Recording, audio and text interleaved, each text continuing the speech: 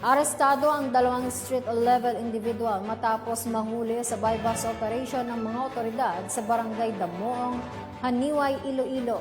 Magbabalita dyan si Patrolwoman Riza Valencia.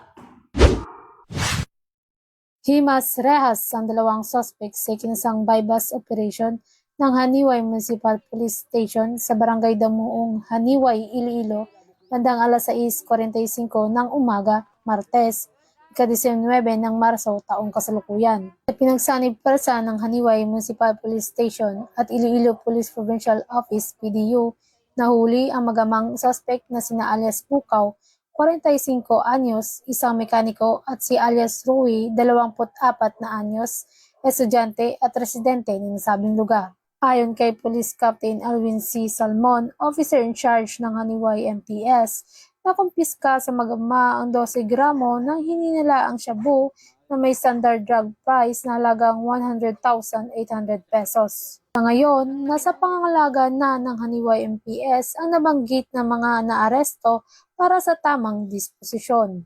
Sa patuloy na tulong at kooperasyon ng komunidad sa kapulisan, inaasahan na mapagtitibay ang seguridad at kaayusan sa pamayanan laban sa ilegal na droga tungo sa pag-unlad ng ating bagong Pilipinas. Mula dito sa Iloilo Police Provincial Office, ako ang inyong Police News Network Correspondent, Patrolwoman Riza Valencia, alagad ng batas, tagataguyod ng Balitang Pulis. Maraming salamat, Patrolwoman Valencia.